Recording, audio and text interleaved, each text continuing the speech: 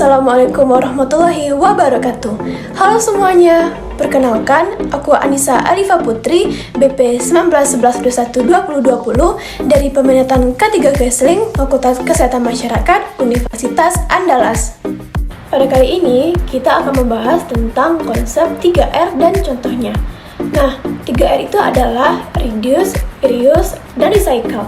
Mungkin kita semua sudah tidak asing lagi dengan konsep 3R. Saat sekarang, 3R masih menjadi cara yang terbaik dalam menangani dan mengelola masalah sampah.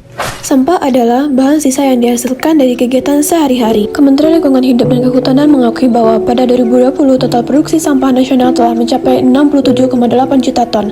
Artinya, ada sekitar 185.753 ton sampah setiap harinya yang dihasilkan oleh 270 juta penduduk, atau setiap penduduk memproduksi sekitar 0,68 kg sampah per hari. Video tersebut merupakan kawasan Samudra Pasifik yang dipenuhi sampah plastik kini hampir seluas daratan di Indonesia, yang dikenal dengan sebutan The Great Pacific Garbage Patch. Ditemukan pertama kali pada tahun 1990 dan sampah-sampah tersebut berasal dari negara-negara lingkar Pasifik yang tersebar di Asia, Amerika Utara, dan Amerika Selatan. Sampah plastik diperlukan waktu 50-100 tahun untuk terurai. Dari hasil pemetaan sampah yang dilakukan dalam kurun waktu 3 tahun menunjukkan jumlah polusi plastik yang berlipat ganda.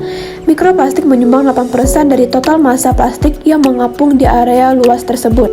Tinggi rendahnya risiko bencana di suatu daerah dapat dilihat dari tingkat kerusakan lingkungan yang terjadi di daerah tersebut. Kerusakan lingkungan dapat terjadi bila dikarenakan dari sampah-sampah yang dibiarkan menumpuk dan tidak dapat sepenuhnya diolah oleh manusia. Hal tersebut menimbulkan bencana seperti kerusakan ekosistem laut, pencemaran, banjir, dan permasalahan sampah lainnya. Nah, untuk itu, bagaimanakah cara yang dapat kita lakukan untuk mengurangi jumlah sampah? Nah, tentu saja dengan melakukan metode 3R.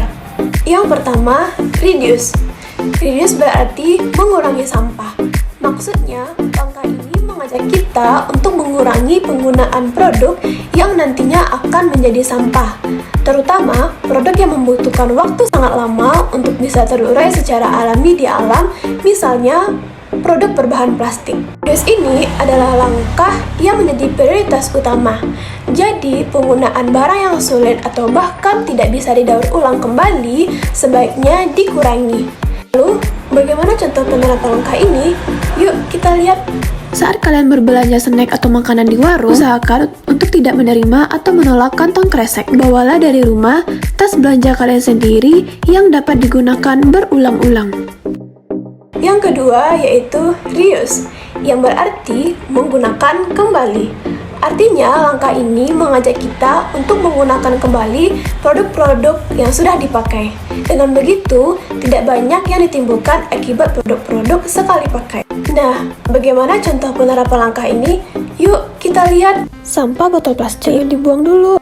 Bisa kita manfaatin sebagai tempat deterjen. Bisa langsung masukin aja. Dengan dimasukkan ke dalam botolnya bakal lebih aman dan tidak akan tumpah. Kita masukin sampai habis ya. Habis itu kita tutup deh, kita taruh di kamar mandi. Yang ketiga yaitu recycle, yang berarti mendaur ulang. Nah, langkah ini bisa disebut sebagai langkah yang memberikan kesempatan kedua untuk berbagai produk bekas agar bisa menjadi produk baru. Dengan demikian, produk baru dari hasil daur ulang tersebut bisa dimanfaatkan kembali dan tidak hanya menjadi tumpukan sampah yang mencemari lingkungan. Lalu, bagaimana contoh penerapan langkah ini? Yuk kita lihat. Bahan dan alat yang kita butuh pertama botol plastik, gunting, kertas, lem perekat, dan cutter. Langkah pertama kita potong dulu botolnya menggunakan cutter. Hati-hati ya, jangan sampai tangan kalian kena cutter. Nah, kalau sudah, tinggal kita rapihin pakai gunting. Kita rapihin bagian yang belum rata dan ada ujung-ujungnya yang tajam. Kita gunting sampai rapi banget sama. Lanjut, kita gunting kertasnya sesuai dengan ukuran botol. Lalu kita beri lem di kertas tersebut sebagai perekat. Kalau sudah, langsung saja kita tempelkan kertasnya ke botol plastik tersebut. Bagian yang berlebih di atasnya itu bisa kita masukin aja ke dalam botol plastiknya. Nah, ini bentukannya pot kita yang udah jadi. Lalu kita taruh gabus dalam pot ini. And finally, pot bunganya udah jadi. Bagus banget kan? Cantik banget kan? Bisa langsung kita pajang di atas meja. Mudah banget kan cara bikinnya? Selain dapat mengurangi sampah, kita juga bisa berkreasi menjadikan sampah itu lebih berguna. Nah, itulah yang dapat kita lakukan untuk dapat mengurangi sampah dengan metode 3R. Ayo kita sama-sama melakukan langkah 3R ini. Sekian dari aku. Wassalamualaikum warahmatullahi wabarakatuh. See you!